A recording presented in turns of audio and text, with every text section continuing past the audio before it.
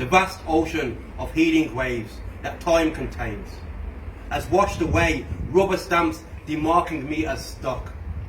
So I will not wander lonely as a solitary, segregated cloud, fearing to put my feet down on dreamed up punitive policies. I will speak the real reality now that I have unravelled glinting rolls of razor wire constricting vocal cords with deepest, darkest thoughts.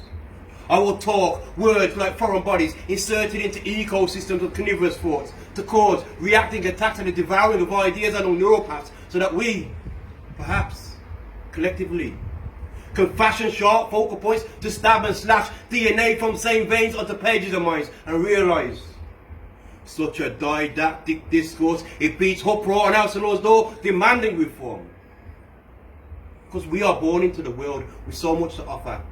But within a capitalising mass production of assets, offsetting taxes, we become just a number. In a place where men and women are walking around shell-shocked, numb, but mentally hyper-vigilant cop guns, expecting hammer to drop, yet another loss, in a system where an afflicted victim ends up lying limp before being zipped tight and sent on a journey down a mortuary corridor and slid into a silently sliding drawer. Cold, alone. But they could have been within supportive arms at home. So I want to put in a governor's application to revisit the prison before many of my poems were written when John was alive and living, and trying to hide or flee from his inner demons and not seeing free drug fiends creeping until feeling that drug crazed cast class, shattering his visage, cutting millions of fissures, and sharp homemade shank knife glinting maliciously on the harsh prison sound light. Wait, because I feel I need to take an eternity of breaths before stepping into an etched picture of a hanging corpse, deeply scored into thoughts, along with the heart-shredding sounds echoing down long lineages of more than justly cut short family trees, and deep grief from the loss of a life after entering a dark, hungry hole and almost futile struggle to survive, when there could have been so many more positive sources of light. There could have been someone there by his side, teaching artistic, innovative methods as weapons and tools to not only survive, but thrive.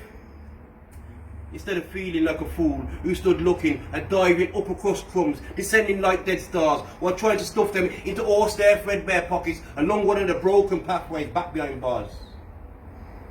But what if a sonnet had hovered over the face of his deep and deposited a seed in his abject blackness?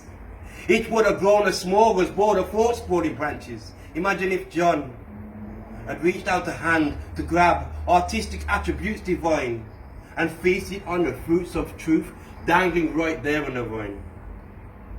His thoughts would have begun running ragged breaths until there was nothing left of the perpetuating cycle when lifeblood falls down DNA-scrawled walls onto dirtily protesting, defecated floors. His life skies were open so wide, a vast, expansive, boundless beyond, causing him to gasp when he choked on agoraphobic breaths. Instead, my friend, and no longer an asset, John is dead.